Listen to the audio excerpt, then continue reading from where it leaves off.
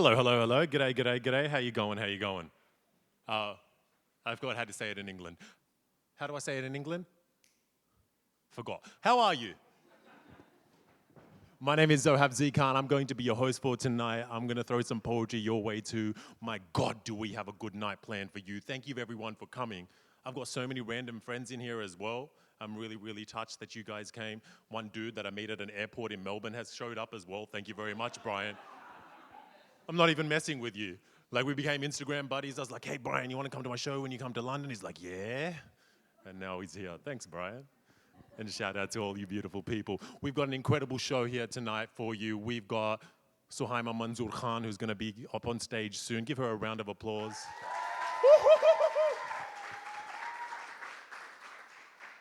I was upstage in the green room. We get a green room. We're fancy like that. And I was fanboying over Suhaima. I was like, I've seen you on YouTube. It's amazing. Oh my God. Je te vis, Tujan. All right. We've also got Sharifa Energy, who's going to be up here on stage as well. She's running a little bit late. You know how it is in London. The tube at rush hour is terrible. I used to be a big, tall man, like this tall. The tube is doing this to me, like, you know, slowly getting there. Anyway, thank you so much for coming tonight. And without further ado, what I'm going to do is introduce one of the most talented poets, not just in the city, not just in the country, as far as I'm concerned, in the entire world. No, she's only a quarter of a century old, but she holds herself like someone 4 times her age. I'm not kidding. Like, she's a centurion in the poetry world, as far as I'm concerned. Without any further ado, the runner-up of the Roundhouse Poetry Slam, absolute powerhouse. Has anyone seen Suhaima perform before? Who hasn't seen Suhaima perform before? Woo! I envy you. I envy you that you get to see this incredible human for the very first time. Please, let's have a practice. You just stay there. Let's have a practice round of applause. Oh, I like to talk. Oh, okay. All right. Okay. How about this? How about this? That was good. Like, I mean, London, we on point tonight. Let's get 70% louder than that and 68% more woos in there. Sound good? All right, let's do it. 3, 2, 1. Welcome the beautiful Suhaima Manzoor Khan.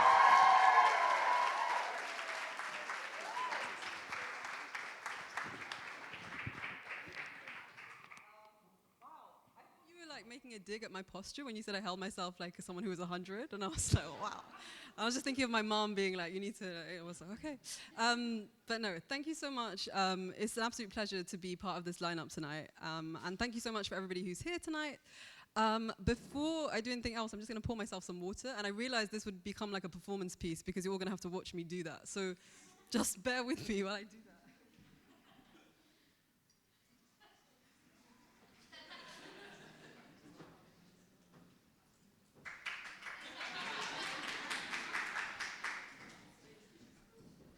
Thank you. Okay, so the first poem that I'm going to do tonight is a poem that it's actually one of the oldest poems that I wrote, and it came about after I watched This Is England. Has anyone watched This Is England, the film? This Is England, yeah? Okay. So I watched it, and there's this scene in it where, so like skinheads in the 80s, they go to like the local corner shop and they just like, oh, let's go packy bashing. And they do, and they just beat up this South Asian guy who owns the corner shop. And I think for me that was the first time that I had seen in a visual way something that my parents had talked about, my grandparents had talked about. My mum grew up in Bradford, I'm from Leeds. So this is not an unfamiliar kind of thing. But it made me really think about the word packy and the way that it had been used sort of in my life and my upbringing. So I'm going to start with that. And this water thing is really, I don't know, this is really... All right. The first time my brother comes home from school and uses the word packy, I flinch, gasp. I almost spill the milk. I tell him, no, that is not a word we use to talk about ourselves. What I do not tell him, what hovers in the space between my words, is that that is a word only other people use about us. A word to crush and hurt us, a word to own us, but not be owned by us. The second time my brother comes home from school and uses the word packy, my mother admonishes him. tells him how that word was used to break her bones when she was a child, tells him the neighbors would think he had no respect for himself if they heard him. What hangs in the silence is that that is because Paki deserves no respect. That to say it might remind them that our skins are not white, and to our ancestors, this was never home. My grandfather pores over a 3-inch photograph on a phone screen cradled in his muscular autumnal hands. Hands that taught themselves how cotton was spun in Bradford mills where the lack of light blurred young men's sight. Hands that held 21 grandchildren in a foreign land to give them hopes and dreams on these streets paved with gold and lined with blackened, terraced housing. That's not what it looked like when I lived there. The words fall from his mouth, 56 years heavy with the weight of not forgetting home. The third time my brother comes home from school and uses the word Paki, I ask him why he is using it pejoratively, why he is synonymizing it with filth and subpar. He tells me that is the only way he has heard it been used before. So the fourth time my brother comes home from school and uses the word Paki, I smile. I lead him to the kitchen, cut out our tongues, slice them up and sew them back together in new shapes, relearning the language of our grandmother. I stand him in the mirror, show him how to wipe these ivory white apologies from our skins, take him to the garden, tell him to look up high, let the sun work her art on his beautiful face. We spit out sorry and vomit attempts at assimilation all over the grass, for assimilation without acceptance is not that. The rain comes and washes the dust from our hands, a color of pain. And this is what it is to be a Paki.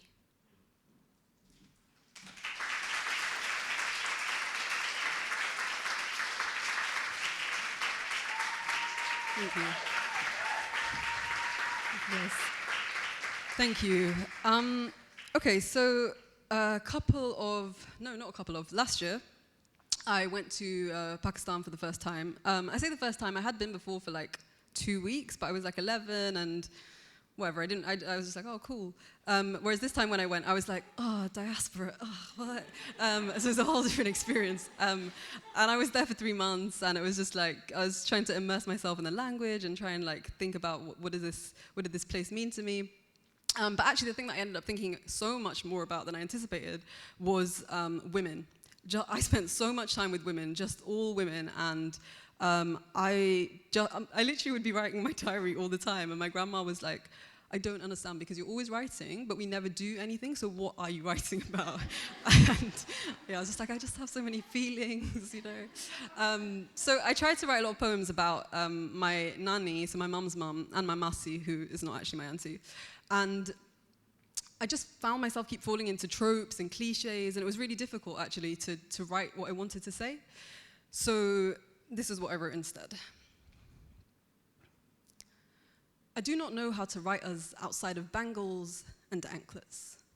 Gold and pretty, but still a type of chain. I do not know how to write us outside of romance and tragedy. Tears of joy or tears of grief, which for us too often are made the same. I do not know how to write us outside of long hair and long eyelashes, which apparently suit us better than long lives. I do not know how to write us outside of fear. Whispers and elisions and repeated mistakes, I wonder if our mothers promised they would not do the same. I do not know how to write us outside of our mothers, how not to make reference to their spines and silences, how to do it as more than a prelude to my own. I do not know how to write us outside of men. Their eyes, their words, their grips, their pleasure. I do not know how to see our skin outside their hands, how to salvage our skin from their requirements, how to write us with hairy arms and upper lips, bushy eyebrows before they were fashionable, cracked heels, full bellies, and laughing mouths, not just kissing lips. I want to know how to write us outside the kitchen. Too often we are made into jasmine, cinnamon, and sugar, but we are onions, garlic, ginger, roots, tough, essential, the basis of everything, indispensable.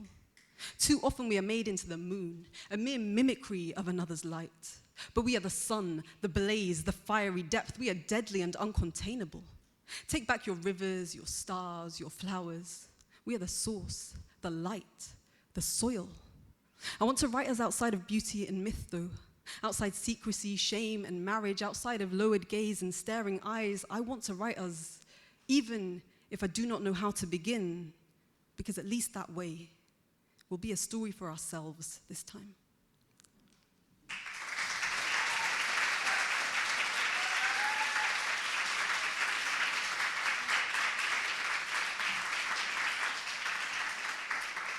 Thank you.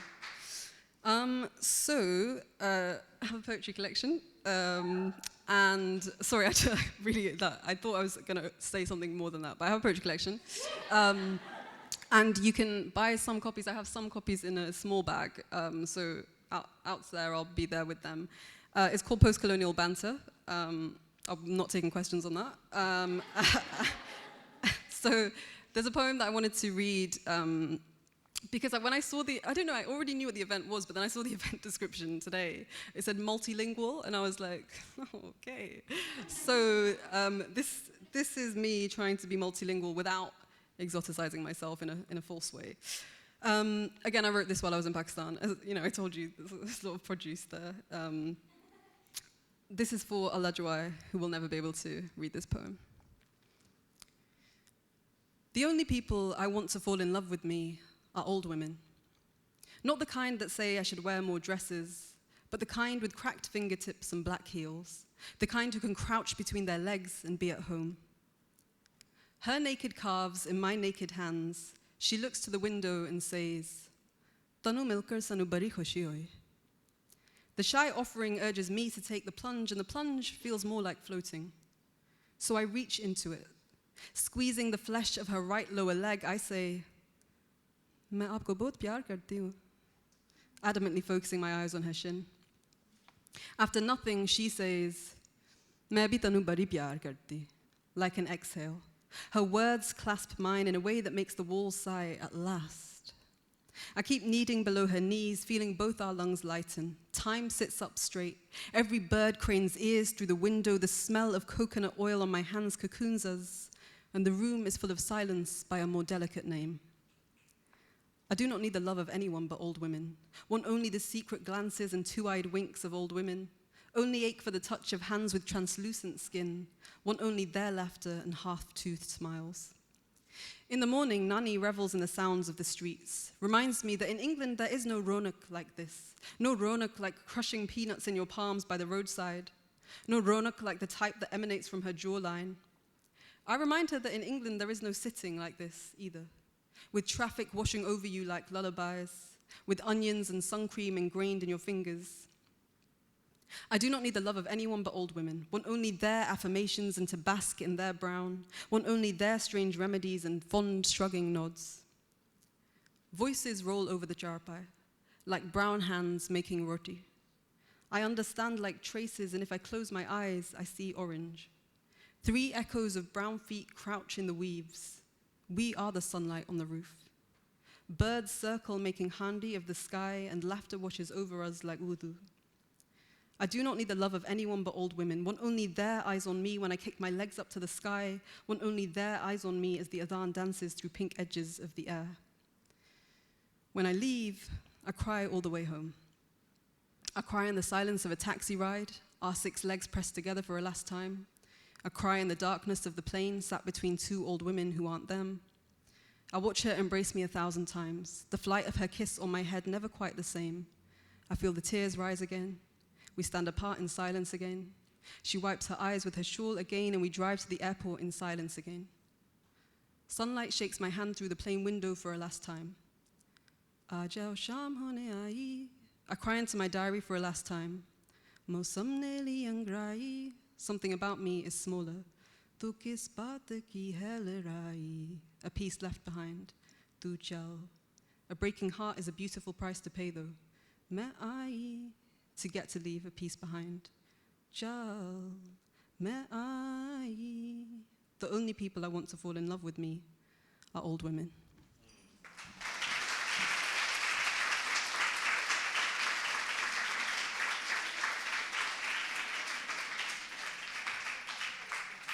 I think it's also the weird height of that table. It's like, it just feels, yeah. How many more minutes do I have, please? Time check. 5. 5, 7, 7, 6, 8, 9. Okay, fantastic. I'm going to do 2 more poems in that case. Yeah, I am. Yes, I am. Okay, so this next poem is a poem that I wrote after the London Bridge attack in 2017. At the time I was living in London, I was living in Camden, and it was Ramadan, and my closest mosque was Regent's Park Mosque. I don't know why I point. I always point when I talk about places in London. I have no idea actually where we are. But it was Regent's Park Mosque, and I remember when I came out of the mosque, so I would always cycle to the mosque. I love cycling. I just want to mention that. And my mom had sent me a text, and the text said something like, I don't know if you've seen the news, but be careful on your cycle home. And I just felt this feeling that I knew that it just meant so many things at the same time. And I was trying to write about that. And as you saw in an earlier poem, when I can't write about the thing itself, I write about trying to write about it. Some poems force you to write them. The way sirens force their way through window panes in the night, and you can't shut out the news, even when you try. Write a humanizing poem, my pen and paper goad me. Show them how wrong their preconceptions are. Be relatable. Write something upbeat for a change. Crack a smile. Tell them how you also cry at the end of Toy Story 3, and you're just as capable of bantering about the weather in the post office queue. Like everyone, you have no idea how to cook the perfect amount of pasta. Still, feed them stories of stoic humor. Make a reference to childhood. Tell an anecdote about being frugal. Mention the X Factor. Be domestic, successful, add layers. Tell them you know brown boys who cry. About the sides of Assads, Amirs, and Hassans they don't know. The complex inner worlds of Samayas and Aishas. Tell them comedies as well as tragedies. How full of life we are. How full of love. But no. I put my pen down. I will not let that poem force me to write it, because it is not the poem I want to write. It's the poem I have been reduced to. Reduced to proving my life is human because it is relatable. Valuable because it is recognizable. But good GCSEs, family, and childhood memories are not the only things that count as a life. Living is. So this will not be a Muslims are like us poem. I refuse to be respectable. Instead, love us when we're lazy. Love us when we're poor. Love us in our back-to-backs, council estates, depressed, unwashed, and weeping. Love us high as kites, unemployed, joyriding, time-wasting, failing at school. Love us filthy, without the right color passports, without the right sounding English. Love us silent, unapologizing, shopping in Poundland, skiving off school, homeless, unsure, sometimes violent. Love us when we aren't athletes, when we don't bake cakes, when we don't offer our homes or free taxi rides after the event, when we're wretched, suicidal, naked, and contributing nothing. Love us then. Because if you need me to prove my humanity, I'm not the one that's not human. My mother texts me too after BBC News alerts. Are you safe? Let me know you're home okay. And she means safe from the incident, yes, but also from the after effects. So sometimes I wonder, which days of the week might I count as liberal, and which moments of forehead to the ground am I conservative? I wonder, when you buy bombs, is there a clear difference between the deadly ones that kill and the heroic ones which scatter democracy? I wonder, isn't it really guilty until proven innocent? How can we kill in the name of saving lives? How can we illegally detain in the name of maintaining the law? I can't write it. I put my pen away. I won't write it. Is this radical? Am I radical? Because there is nowhere else left to exist now.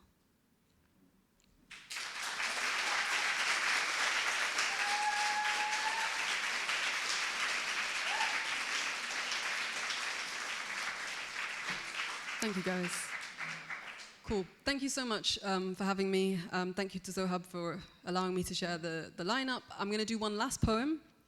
And yeah, as I say, I'll be out there with the collection. Thank you all for coming today. This poem is called British Values.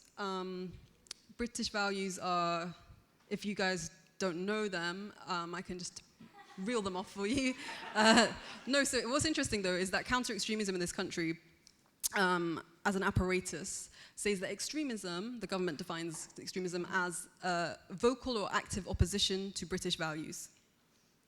Obviously, all of you know what British values are, so I don't need to tell you how or whether you're an extremist. But what they are, in case you didn't know, are defined by the government, again, democracy, rule of law, toleration, something else I always forget. And the point is that it's very interesting that this is the definition, and it's very interesting how many of us are positioned as outside of the nation and not quite inside Britishness, and how that precarity kind of makes us already pretty much extreme, and therefore pretty much justifies the regulation of our bodies, the monitoring of our lives, the surveillance of our communities, etc. So this poem is called British Values. I hope you enjoy it. Thank you. Enjoy the rest of your night. Young Muslims in Britain often straddle two worlds. They appear to have a foot in each culture. Concerns revealed around the national identification of Muslims in Britain. Review raises alarm over social integration in the schools to promote fundamental British values. The face of Britain is changing beyond recognition. I look in the mirror. It's not shattered. I am whole. No one for in, one for out. No reason I've got to learn Britishness from the somehow more devout. I'm not uneasy, torn, or straddling. It's not shattered. I am whole. Yet the opposite is somehow all that you'll get told. I mean, I guess because if it wasn't, if we faced up to the glass, you'd be left with the fact that I am inside. I am Britain now. Because Britain is Bismillah. Britain is basmati rice. Britain is box braids and black barbers' shops, Bollywood and Bhangra. Britain is Bradford and Barking and Birmingham. Britain is biryani and black beans. Britain is black. Britain is brown. Britain is boys blasting dubstep on the bus to town. Britain is body popping outside the tube. Britain is Brick Lane before it was cool.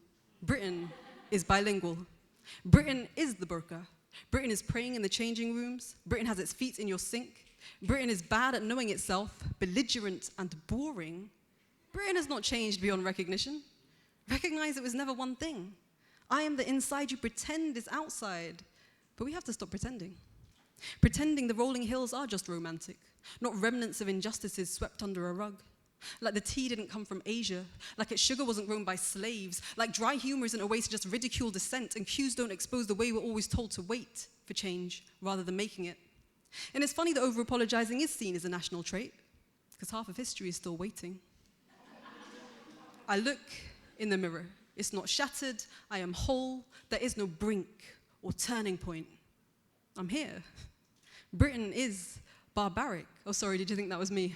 Barbaric bystander, straddling the boundary, not quite inside, so you could say I'm the things you forgot, like you're modern, so I'm backwards, you're democratic, so you say I'm not. When the truth is, Britain is blood on its hands and back to the wall. Britain is selling weapons to the most repressive regimes in the world. Britain is the bombs the Saudis drop on Yemen. Britain is building surveillance apparatus since 9/11. Britain is believing in human rights whilst removing them all. Britain is Yarlswood, Brook House, Colnbrook, and Morton Hall. Britain is 1,600 dead in or after police custody since 1990. And Britain has no qualms about detaining asylum seekers indefinitely. Britain is suicide attempts, secret courts, and secret torture. Britain is stopping you at the border. Britain is seeing it, saying it, sorting it, which means Britain is also deporting it. Because what else do you do when you look in the mirror and find the sugar and tea had strings attached? The factories on the rolling hills depended on our labor. The bombs destroyed the homes of kids now at the border.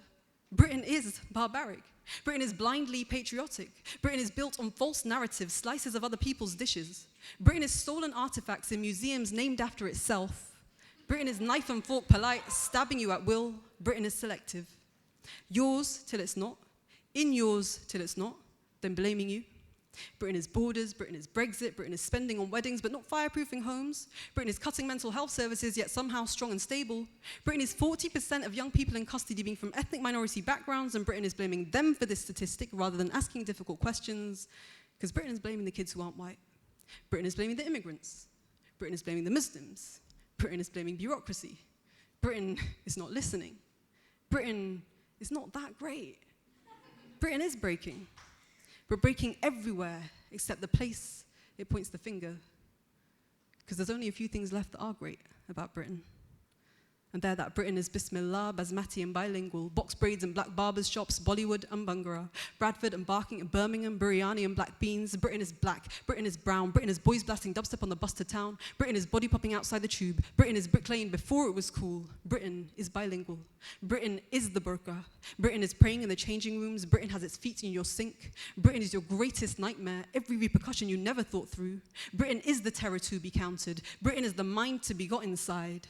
I am the great in Great Britain now, and aren't you terrified?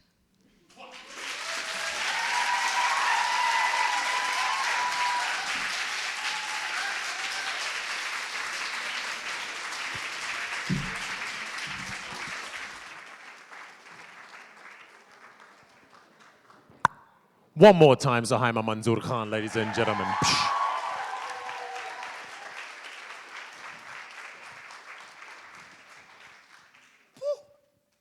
Saw someone back there go, "Pwah!" Mind blown. Thank you so much, sis. Absolute powerhouse. How you feeling? You feeling okay? Yeah. What's up, bro? Thanks for coming. That's my friend. Okay. I have friends. I just let people know that sometimes. That's actually the former New Zealand Poetry Slam champion. Give him a round of applause. Why not? I'm the former Australian Poetry Slam champion. Give me a round of applause. All right. Cool. Next up, let's get the poetry keep on going. Next up, we have another incredibly talented poet. It's the one and only Sharifa Energy. Give her a round of applause just to warm her up. Sharifa Energy is an extremely talented artist. She is the winner of that many awards I can't even remember right now, but that's not really what matters. The thing that I'm most fond of about Sharifa Energy is that she's my friend. So I've got friends. I've got two in the room. See, friends. I've got another one. Hello, friend. Hello. Oh my God, there's so many. Thank you. And you know, that's it. I don't really need to say much else other than the fact that she's my friend, so she's cool by association, or I'm cool by association. I call her Little Pocket Rocket because, you know, she's a pocket rocket, but don't let her size fool you. She is an absolute powerhouse. You may have been runner-up in the roundhouse, like Poetry Slam, yeah, but she is a Muay Thai fighter, so can do a roundhouse. That's all I'm saying. Ladies and gentlemen, make her feel very, very, very, very, very, very welcome. The one and only Sharifa Energy.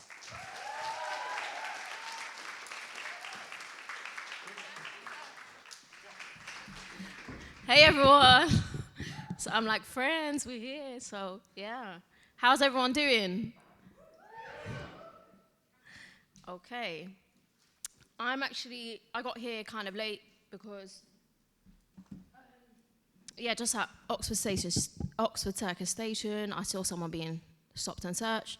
So I had to wait because I feel like it's our responsibility, especially when young people are stopped and searched. We can't just leave. Like, we have to intervene to make sure the rest of someone's night or longer periods of time are affected. So yeah, I'm just going to start with this one piece in remembrance of a young man called Imran Douglas. This young man named Imran Douglas was hit by a police car, but nobody listened. Age 17 when he murdered an old woman. In Romford, she was sitting in her care home. He was sentenced 18 years and sent to Belmarsh prison. Usually, young men are sent to a young offenders institution. Within 1 week of his sentence, they said he took his own life. He died under custody when the state neglected his cries. They didn't pay attention to his mental health condition. He developed neurological damage after spending time in a coma. 2013, his life ended on 13th November. Only his family mourned.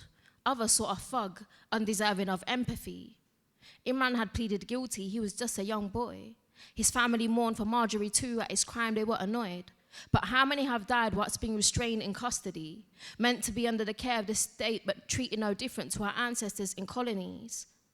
Families of 8 other people who died in Belmarsh await inquests, unable to mourn 4 years after the death of their beloved.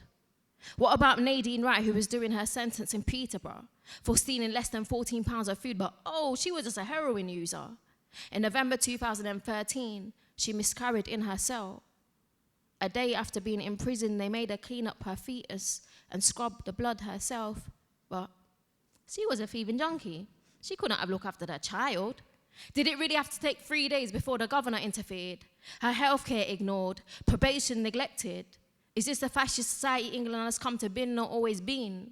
People treated poorly, awaiting justice for deaths in custody. Some show empathy for Mark Duggan's death. But what if Mark had been another man locked in a prison cell? What if they'd froze his life and not taken it? Would he have been just another thug he deserves to rot in prison? Does everyone have to be killed in broad daylight for us to pause and listen? When our brothers are killed in local police stations or prison, their values dismissed. We're lucky they aren't as bad as Israel. But tell me, where did Israel learn its policies on unlimited detention without trial? Was it not England who they imitated? The veteran colonizer?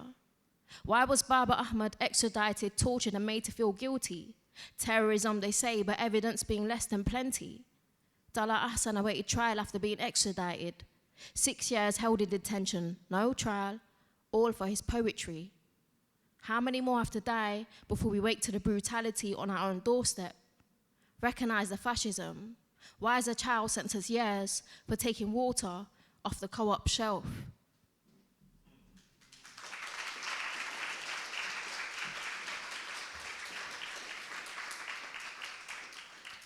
I just need to get that off my chest because, yeah, it's real out there. Even the statistic for like young women that are, not even just young women, but women that die in prisons, I think it was like 109 or something since 2007.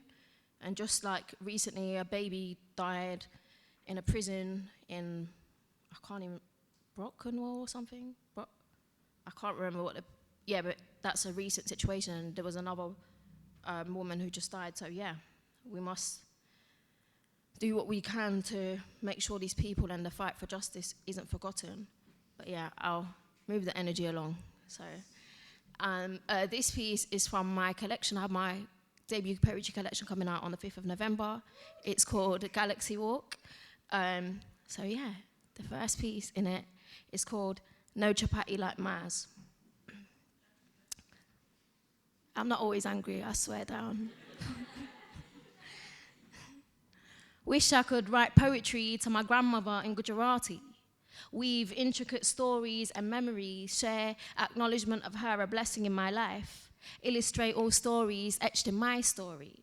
Half-time excitement as a child, logs of books selected at Highfields Library, hidden away tucked into a grocery bag, skipping, the waft and aroma of her cooking in Ma's kitchen, better make it before 10:30, gliding my feet down Galaxy Walk, just in time to eat fresh chapatis. Mum made rotis too. There was an extra special taste of Barbie made by Ma's hands, her delicate wrinkled hands carving circles before placing dough onto a dough. Wrist flicking, flour inflating, palms rotating, chapati flipping, resting elbows on the kitchen table, eyes wide, hunger staring, hands washed, tongue salivating, awestruck as she graced piping round hot chapatis onto a flower-decorated plate, chair scraping the kitchen floor, pushing in, about to tuck in, butter spread by her flour-glittered hands, chapati rolled like ancient scrolls, grandchild grateful to savor. Ma's recipes nobody could imitate, for the taste lay in the buds of her fingertips. Her granddaughter later learned in her youth she birthed chapati for whole villages. A blessing to swallow morsels from Ma's hands, onions hissing on the stove, shedding their skin to her flute at the crack of dawn.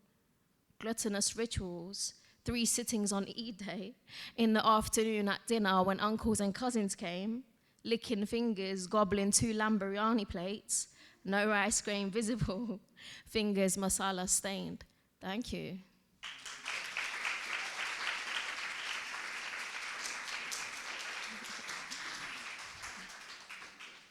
I better learn to make chapatis because my grandchildren better be able to relate to this.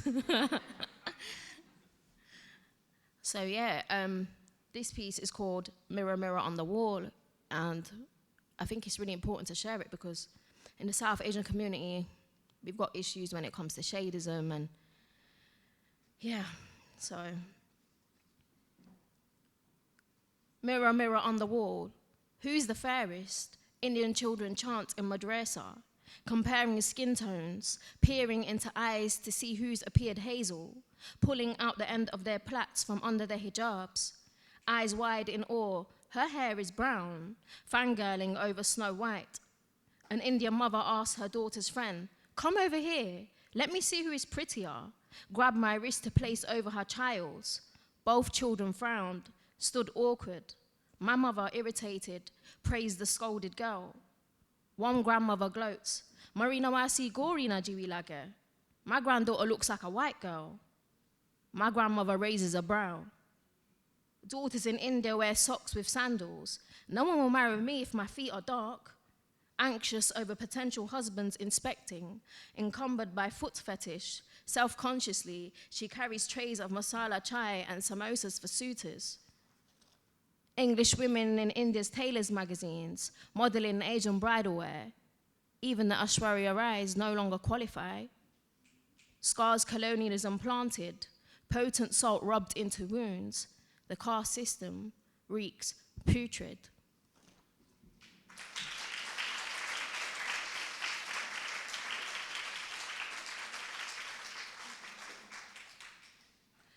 And I can swear that's part of the reason why Priti Patel is as smug and person as she is. So yeah, I don't normally do a lot of readings, but it is a literature festival and I'm really grateful to be here. Thank you, Sohav. So this piece is called Indus Valley. Attempts to untangle from the mesh, the complication of identity. Nothing appears simplistic. Indian diaspora Muslim youth, many tangents, branches, many stories, advances, many collisions, many chances, our intermittence between classes, seemingly casteless, examining every nook and cranny, attempts to hide our initial liberation, stated clearly in our history, reflected in statues of young girls from the Indus Valley. Our figures, our breasts, experiences hidden in the cleavage of our chest, gasping for breath, fastening our saris in elastic, interwoven in our glossy silk fabric. Before the British came, horrified by our expression, sexualizing us, Orientalists giving us blouses. Rooted to my grandmother's home in Gujarat, where my father's family were born, eating guava, sitafal, and every blooming fruit. Ma sat at her teak table grinding spices. Indigenous, life still breathing, a reflection of my ancestors in hidden away non-gentrified villages some would say are authentic. Billowing voices that never escape rib cages, even in ghettoized communities in Western society. Learning to embrace myself as a woman, an Indian queen, I see the power in my ancestors coming from Indian, not Arab Muslim land. If my blood is mixed with Arabs and Persians when the Mughals came, am I of a pure traceable root? Am I simply what they told me and I claimed? Am I of Burmese origin if Mama was born on Burmese land? Pure economics from Britain colonized and took over our land. Neo-colonialism still with nails dug deep, yet I live on a foreign land. My eyes are open, cannot self-identify through one lens alone. My spirit speaks, my soul journeys.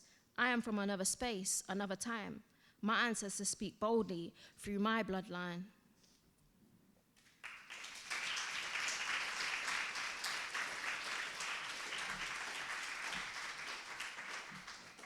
I think in the Asian community, there's a lot of issues when it comes to like Arab supremacy as well. Because like when people say to me, "Oh, you don't look Indian, you look Arab," I'm like, "No, don't bring that my direction, thanks." But yeah. So, I've got a piece for you all. It's really weird performing this piece now, because stuff happened. But it's called Thomas Cook. So yeah. I see the beauty through the flames of the hell that we're living in. I know my test is to be mentally and spiritually strong, though they try to entrap people physically. A psychological bully. But I know I've got to strengthen my spirit in preparation for dark times. Because we only live once on this earth in our lifeline. But I'm not blind to the reality and negative energies that boil. So I stay awake, sewing together my spiritual shield. So many spirits are disturbing, but me, they're not fooling. Stalling, I see the truth even when I take a breather, because truth can be very overwhelming. But I'd rather feel truth than continue to believe the way they present the world to be a Thomas Cook magazine. Sun hat, suntans, brown sand, and sunscreen. Cycling around on our holidays, not knowing in Australia there was a mass grave, in Rottnest Island a mass concentration camp. But they only tell us what they need to get tourism stamps. So many lies they've told, but I don't buy it. I've been to Toronto, but no mention of the indigenous man. And when I went to France to see Disneyland, only a teenager posed for pictures with an army man. But if school had shown me in their history plan the truth of France's plunder and their bloody hands, if school had shown me the Battle of Algiers, then I would have been more astute than an army fan. But they glossed over Europe's colonial past and made me feel wrongly frustrated in my history class. I always knew something wasn't right, but I didn't quite buy the story of being simply an economic migrant's child. A confused diaspora, stuck in a trio of identities, Muslim, British, Indian, pulled in different directions like curious elasticity. Where do I go? Who am I? Where am I supposed to be? They made me feel inferior, so I bellowed my A's in their faces for my GCSEs. I come from a great culture of old civilizations and illiterate. Poetry's in my veins and a melody of my father's old Hindi cassettes. So I choose to express and not let the fire burn in my chest. I set my paper alight with my pen, notebook and microphone, my closest friends. History is ongoing, it doesn't stay in the past tense. The denying Caribbean islands reparations, there's no blur in my history lens. So tell Thomas Cook to cook up a new tourism guide, not one to ogle at native people but with truth to confide. I don't want to be blind like the shock on tourist faces when witnessing sleeping bags in Victoria, expecting only shopping and daisies. Thank you.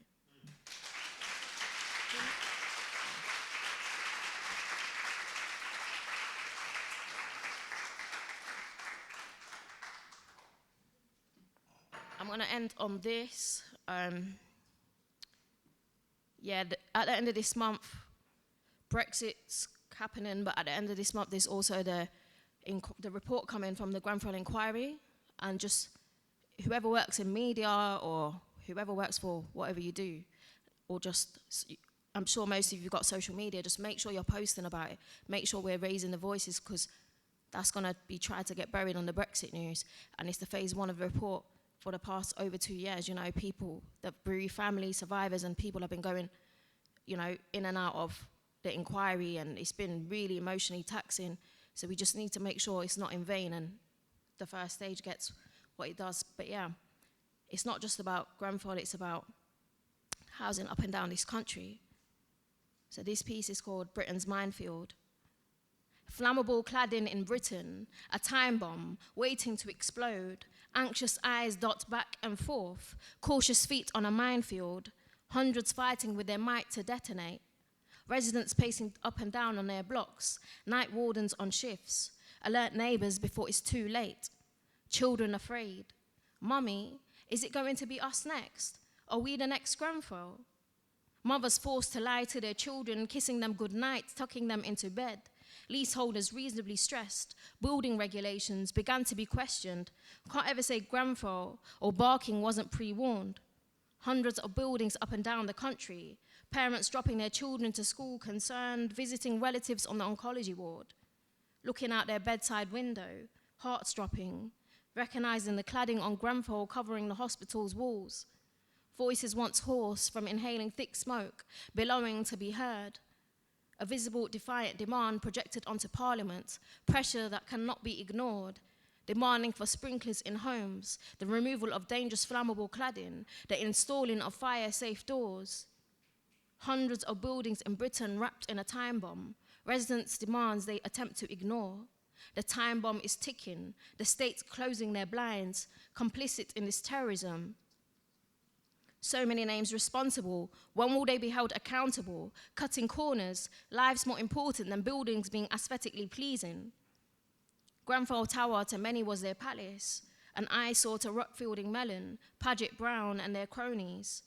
Hundreds of time bombs ticking, Parliament demanded to listen, only some feet cautious on Britain's minefield. We will never forget. Seems they have forgotten, they will be reminded again and again by residents living in tower blocks, by precious souls who lived in Grenfell, by those who survived, by families who lost loved ones. When you remember Grenfell, the residents who live there, remember their strength and resilience, hope for thousands in times of despair. 72 lives stolen, 18 of these angels were children. Demands will continue for lives to be seen of value, for children up and down the country, for those living in a time bomb, Celotex, cladding companies. Signatories responsible will be held accountable. 72 lives lost in Grenfell, we will never forget.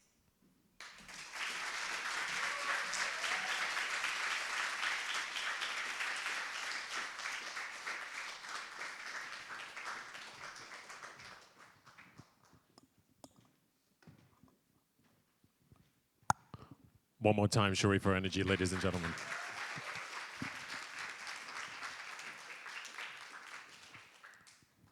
One more time, Sharif for energy, ladies and gentlemen. I like you. I like you. I like you. I like you. You're good people. We've now come to the end of the night. Thank you so much. No, I'm kidding. It's my turn. Would you like to hear some poetry from me? Yeah.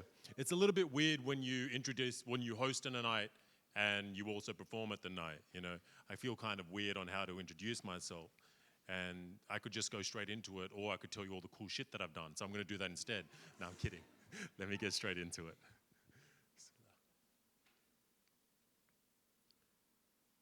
Imagine.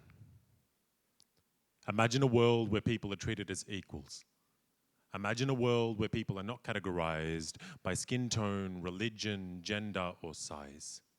Imagine a world viewed through the innocence of a child's eyes. Imagine no sorrow when a soul dies, for a soul flies after closed eyes. We try to live our lives in New York minutes because we be pushing our lives to new world limits and new world orders while the old world's still busy burying daughters. For they prefer sons. Only for those sons to pick up guns and kill sons of righteous ones, and those righteous ones tell their sons that those sons kill their sons, so their sons kill those sons, and sons kill sons, and sons kill sons, and sons kill sons, and Sun Tzu was wrong, for there is no art in war, for art is love, and there's no love in war. Imagine we loved more, and loved for the sake of love, for the love of love is the best love above all. Imagine a world of no wars, and hearts with no doors exposed raw. Imagine the life of another being the life of a brother. Imagine every embrace filled with the love of a mother's. Imagine a world of no strangers and only kindred neighbors. It's about time hatred gets outdated and our differences are celebrated. For our forefathers waited, but we, the people, shall wait no more. Today we take our stand. Imagine no French burqa bans and bikinis in Afghanistan. Imagine Hong Kong Hanukkah and white Christmas Mecca. Imagine no offshore refugee process prisoners and a history of indigenous prime ministers. Imagine Palestinians marry Israelis and make beautiful beige babies. Imagine a world where people are treated as equals. Imagine a world where people are not categorized by skin tone, religion, gender, or size. Imagine. Thank you.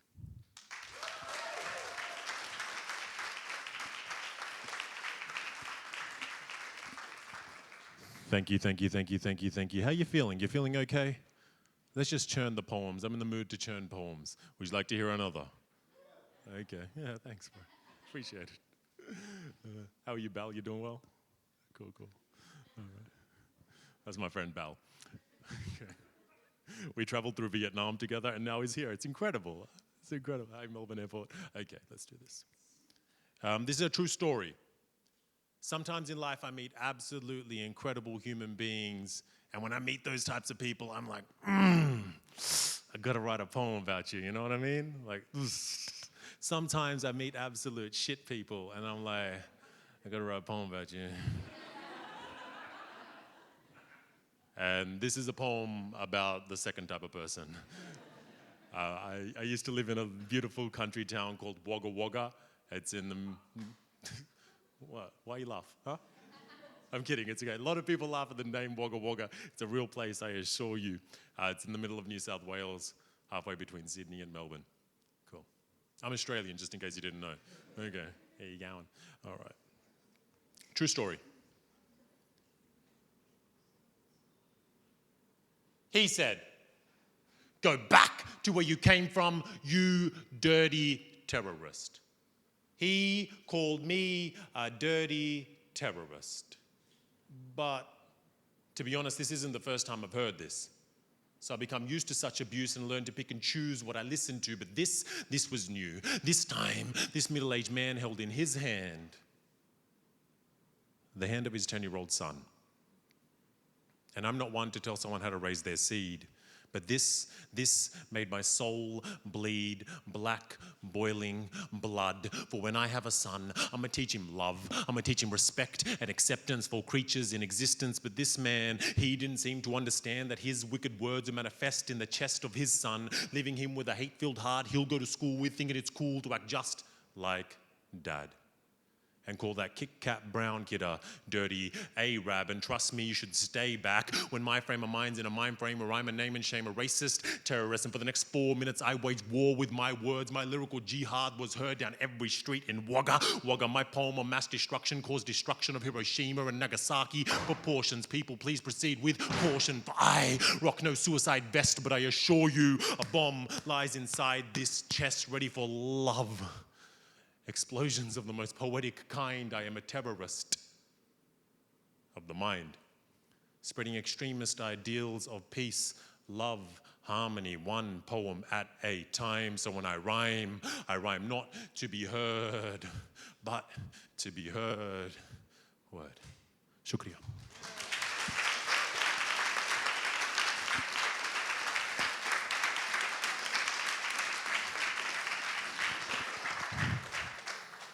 Thank you, thank you, thank you. Casio. This is my book. I've only got like a few left, but I want to read from it. Would you like to hear from it? Cool. I do a lot of like school shows, so I always ask permission. Do you guys want to hear a poem? Yeah! So if I ask too much permission, that's where it comes from.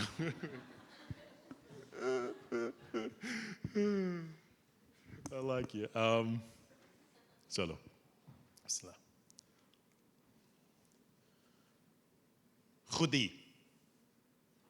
खुदी को कर बुलंद इतना कि हर तकदीर से पहले खुदा बंदे से ये पूछे पता तेरी रज़ा क्या है.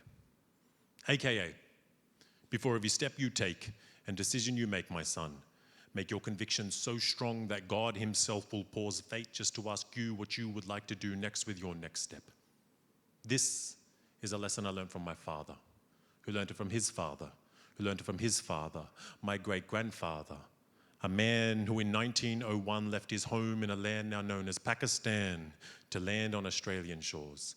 For he was young, passionate, and ready to explore, and I can't begin to believe what it would have felt like for a man of only 19 to leave his home, newlywed wife and child on the way, and stand at Bombay port in front of a ship bigger than anything his eyes would have ever seen. See, I like to believe I'd be a lot like he. For he was born to explore, born to a long lineage of warriors of war, and I know there's a lot of warrior in me, for 4 generations of my family have called this land home, and despite my skin tone and sexy subcontinental big nose, this is my home. This is my land, and I say this courtesy of a great man, my great-grandfather, the warrior. A man who in 1901 waged war with the world and boarded a boat to a new life.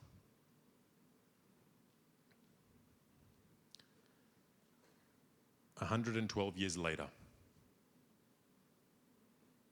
I sit hospital bedside watching my father wither. Cancer's taken his lungs and his heart don't beat blood so good no more. He believes he's weak, but he's not weak. He is a warrior. My father is a warrior. He is the grandson of a warrior, and I know my grandson will tell tall tales about his great-grandfather, the warrior. A man who forged frontiers and raised a son who wasn't afraid to stand on stages and share his soul. My father is a warrior. Thank you, my warriors.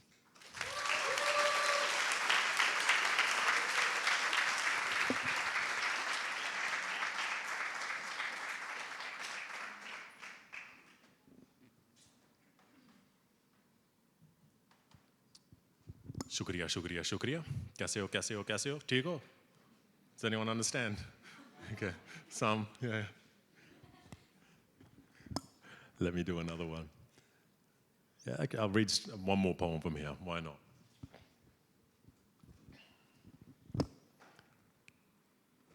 See, I fell in love with her the first time I laid eyes, ears, smell on her. There was a smell on her. Somewhere between subcontinental saffron scents and Saturday night stale cigarettes, she melodiously caressed my eardrums with every syllable that left her perfectly parted lips I wished to kiss. I approached and said, Miss, may I have this dance? She looked me up and down and said, you'll have to do better than that. I stepped back and said, dance. Dance like a dervish for our Lord who knows all, overflows wine glasses with happiness every time you smile. Last night, the sky complained of overcrowding from the tears that took flight from joy when I rediscovered God in my own heart, courtesy of you. And I swear I haven't ceased smiling since. She said Rumi. I said Hafiz. She shook her head and said Zohab. Then took my hand and we began to dance the dance of lovers. She whispered secrets in my ears. I recited couplets in hers. She never critiqued my words, rather asked more. With every word spoke, our feet lifted from the ground towards the seven heavens. She inspired rhythm with every tipped touch of her finger. If I were a singer, I'd solely sing songs for her and her and her. See, she loves my words. She is my words. But words can never do her justice. It's just that she is light, is love, is life, is like no lover before her, nor like any that shall precede her. I see the mysteries of the universe in her pupils. Cupid shoots missiles. Let love consume you like I do, and have since I saw her. I have since I laid eyes, ears, smell, touch, taste on her. There is a taste on her that has forever stained my lips, for she is my comfort, my confidant, my mistress, my lover, for she is poetry. Thank you.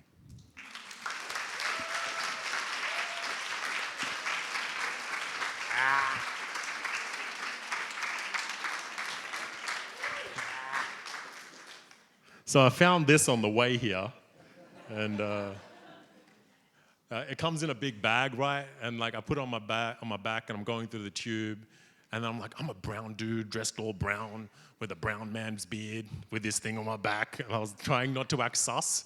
I was like, I don't know, I was scared. I was like, I don't know. It just happens. Sometimes people will stereotype you even when you don't want to be stereotyped, you know? Like one time I was at a gig in Adelaide, and you know, I'm going to my gig, and I'm driving. I had a nice white Toyota Camry. Do you have Camrys here? Is that a thing? I don't know, I have to check sometimes. Had a nice car, well, it's just a car, and it's pretty rubbish actually, but it was a hire car, yeah? And then I'm putting in my parking spot, and I'm right near the location of my gig.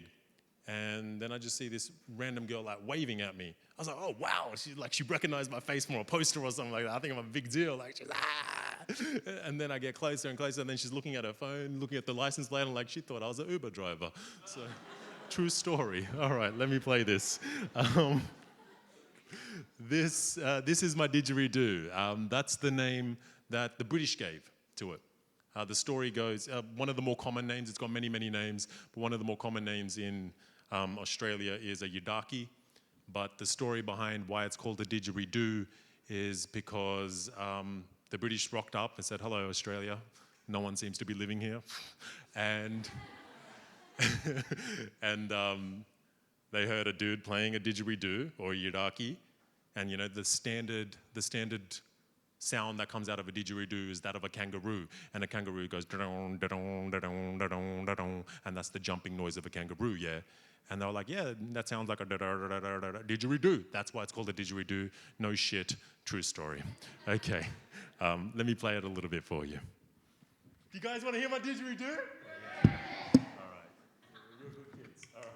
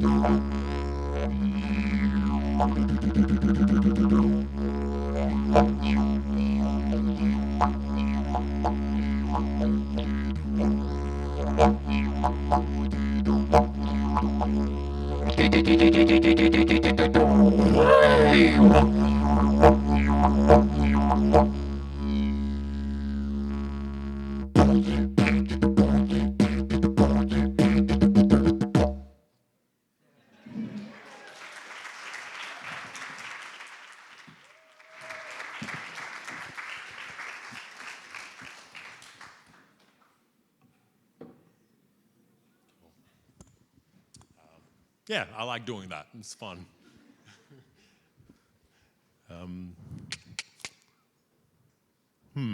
Yeah, you'll like this one. Okay. Theoretic to see theater. Let me take it. Thank you. I'm also a hip hop artist when I want to be. So I'm going to give you a little bit of hip hop. Hi, Rudra. He said, talk to me as well. I'm your friend. All right. Theoretic. They heretic. Dedicate death to Allah, now you can't. Peace be priority. Assalamu alaikum, brother, sister, yo, mister. Why you staring at me like I'ma blow the place? Cause I got that bit of brown face. Gotta keep running, it's a critical race theory. Now you see me, now you don't, now you wanna know where everywhere that I go. And if I don't tell yo, you wanna throw away my passport. Kicking back to where I came from, where the drones drop inspiration for the next generation to find father figures in fake freedom fighters who used to fight for you. And now they're fighting you. Tu si tiara. ਅਸੀਂ ਯਾਰਾ ਤੇ ਨਾਲ ਕੀ ਹਬਾਰਾ Japan 'ਚ ਅਵਾਰਾ ਫਿਰਦੇ ਗਿਰਦੇ ਸਾਡੇ ਪਿੱਛੇ ਲੋਕੀ ਗਿਰਦੇ ਸਾਡੇ ਮੁੱਛ ਨੂੰ ਪੁੱਛਦੇ ਤੂੰ ਕਿੱਥੇ ਸੇ ਅਸੀਂ Pakistani Australian staring at me like I be an alien with avian flu. Thank God my mama never gave in and gave me those ADD pills. This my will and last testament. I'm trying to be the best of men, but I'm only resting when my rhymes make it into the mind of the masses. Call me Cassius Clay, on the way to becoming Ali the greatest. They used to hate us, now we celebrated at Asia House London, straight from the top of my dome. I'm so far from home. Wagga wagga, yo, I got a lot of flow. Every seed I sow make your head spin. Assalamu alaikum, uncle, how are you? Not even sure if he's Muslim. Check it, record, doesn't matter in it, cause it's peace be upon you. You and me, checking my name be Zohab Z. Legitimately doing this from the top of my brain. It's a little bit insane. What's up, Muhammad Hassan, New Zealand poetry slam champion. Telling them, it don't matter about the melanin. This is from the top of my dome. What's up, Suhaya Manzoor Khan, Jitivi to John, Loki Padashan. Police are straight up scared. Let me call it, I don't care. Chandelier on the roof. Something about do that rhymes with roof, right? Check it, record. I'm a record on the daily. Don't call me crazy. Light on my face. I think I'm done so fast, it's like a race. Shukriya.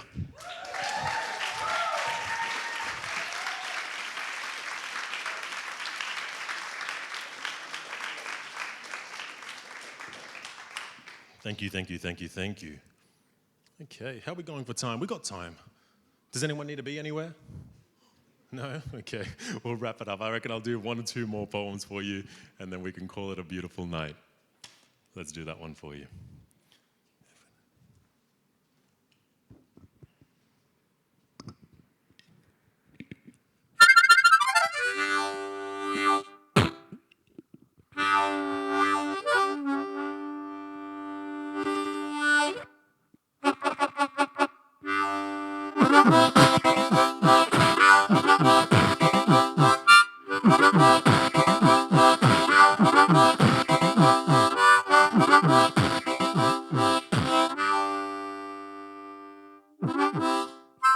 I just like doing that sometimes. Okay, let me hear your poem. You don't have to clap. Okay, clap.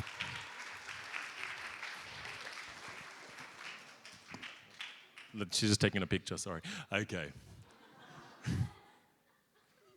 This is all jokes, I promise. Let me do one last poem for you, and then we can call it a night. Thank you so much for being an incredible audience. Thank you for my friends and beautiful humans that have come here, and thank you for the random people that came to see these beautiful human beings. Give them another round of applause, please.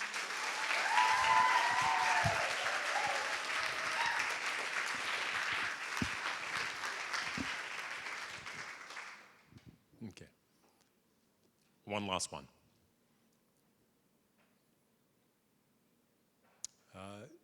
Just quickly back up. The only thing you'd really need to know is anybody familiar with the legal Latin term terra nullius?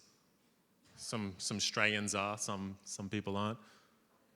Well, you guys used it really, really well. Terra nullius means, I think loosely, land that belonging to no one, or uninhabited land. It's the international legal term that the British used when they rocked up to the continent that I was born on, Australia, and said, it looks like there's no one living here, and then did some terrible, terrible stuff. And that's not funny. It's all right, it's a nervous laugh, yeah? It's okay. I'm watching you, all right.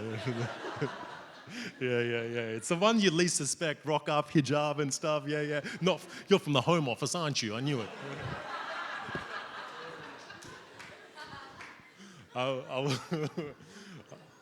I'm trying to get citizenship or at least residency of this country. I can't say random stuff. Okay. Okay.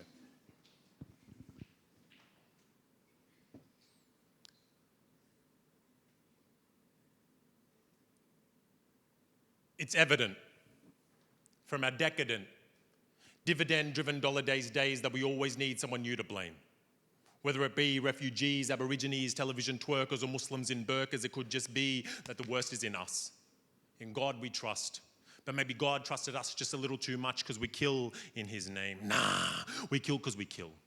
We kill because we can. We kill because your Gaza homes are on my holy land that my God gave to my chosen people. We kill because warlords declare war wholly on infidels, and really they're killing for oil wells. We kill because cops kill kids because colour lines somehow seem to define who is and is not equal. We just people in Australia. I know why you're afraid, because the last time boats came, they carried terra nullius terrorists and left heads slain like ISIS and left a generation stolen who now sleep on sidewalks trying to put back broken puzzle pieces at the bottom of bottles. Boston bombs blew minds while Baghdad bombs barely make headlines. We live in interesting times where geographical location somehow is an indication of the value of a life. Third world lives lost might as well be livestock. For they are putting cost columns of conglomerate company spreadsheets to see whether saving lives is economically viable. Tribal mentalities have caused geopolitical genocide of the most grandiose scale. Question, when did human lives go on sale? Riddle. If multinational logging corporations slaughter Amazonian Aborigines and no one is around, do their screams still make a... See, I've found that most of us live our lives in boxes. We'll build these boxes to block out external factors, like facts that 33% of the world's population is considered starving, and it's hardly acceptable that we've got this conceptual idea that survival of the fittest means we live. But when did the fittest become the fat cats? For I dream that everything will be all right, but honestly, sometimes I just don't know, for we are lost on consumer crisscross grid streets, listening to hip-hop bass beats mixed with guitar riffs. Some guitar riffs are gone by years. Our ears hear the dum-diddy-dum of drums as we succumb to the rhythm and rhyme of gone by times. Line after line, false soul scoops are sold to young souls who grow old too fast. And I taught to mask true selves. For true selves ain't swell, ain't cool, ain't swag. Ignore the price tags and buy the nice bag. For London, Tokyo, Paris, Hilton told you so. And the truth be on a need-to-know basis. For advertisers dictate what your taste is by chucking famous faces and extra product placements. And adjacent to that, there's a cartoon cool camel smoking silky smooth cigarettes. And smoke these cigarettes and you will stress less and get more sex. But let's not overcomplex the context. I'm just saying sometimes more is really less. For the more you get, the more you want, the more you want, the more you spend, the more you spend, the more you got to make. And if you can't make, then you got to take. And then you take, and then you take, and then you take, and then you make a fake WMD, war on terror, so you can take just a little bit more so your precious Wall Streets don't fall. And an unholy war was declared some time ago on the minor folk, i.e. us, you, me, and we. Let it, for we turn wants into needs and needs into wants, and those who make the wants want us to want the wants so much that we'll put 0% down but pay 19.9% per annum for the next 44 years, interest compounded daily. And such is the nature of our crazy, lazy consumer culture, a culture where banks loan loans only for banks to take homes and rates rise. But to avoid rate rise, you should have fixed rates. But fixed rates be fixed in a match fixed kind of way to make more money for the money-making Mr. More money's more money, more problems, and money's why Middle Eastern fists rise, and money's why Wall Street got occupied, and money's why Iraq got occupied, and money's why Afghanistan, Vietnam, Kuwait, Korea, Libya, Bolivia, Chile, Colombia, Peru, Cuba, and the Palestinian territories got occupied for these lies. These lies started some time ago, These lies started some time ago. These lies started some time ago, sometime between messiahs on crosses and crosses on bling-bling lockets, sometime between atom-splitting big bangs and nuclear test rockets, sometime between South American Inca coffee beans and North American toxic nicotine, sometime between arrive and leave, sometime between Adam and Eve. For this happened some time ago, this happened some time ago, this happened some time ago. And we let it, for we fell asleep a long time ago. Shukriya.